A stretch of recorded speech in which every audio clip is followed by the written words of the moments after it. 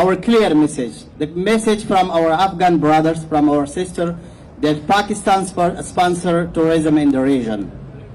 And they attacked Afghanistan, they bombed our innocent civilian, more than 1,000 people in Afghanistan. And that's our clear message. Now I am request from our sister, Laila Niazi, she will speak in French. And today our brothers and sisters, they are speaking in different language.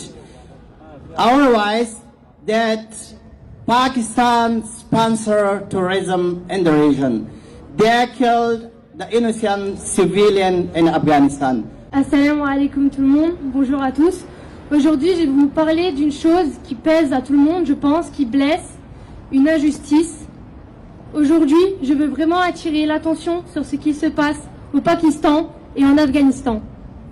Cette frontière est une zone de tension depuis des années, marquée par des conflits, des opérations militaires et une forte instabilité. Le Pakistan explique mener des frappes pour lutter contre des groupes armés qu'il considère comme une menace pour sa sécurité. Mais dans la réalité, ces opérations ont des conséquences très graves pour les populations ciblées, les femmes, les enfants, les hommes, des civils qui n'ont rien fait. Des bombardements ont touché des villages en Afghanistan.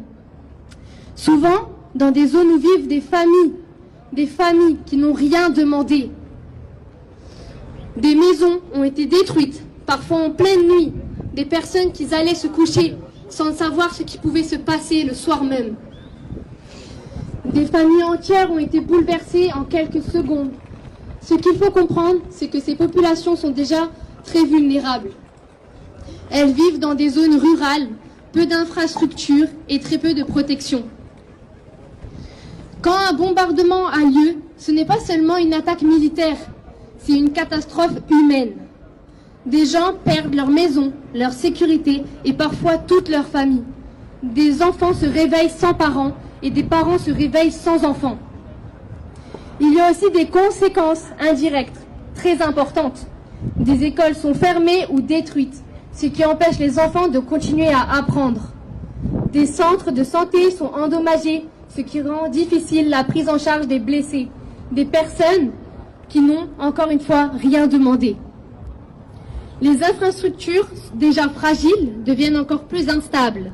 À cause de cette situation, beaucoup de familles sont obligées de fuir leur pays, fuir leur patrie.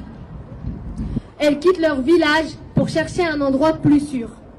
Elles deviennent déplacées, parfois sans ressources, sans accès à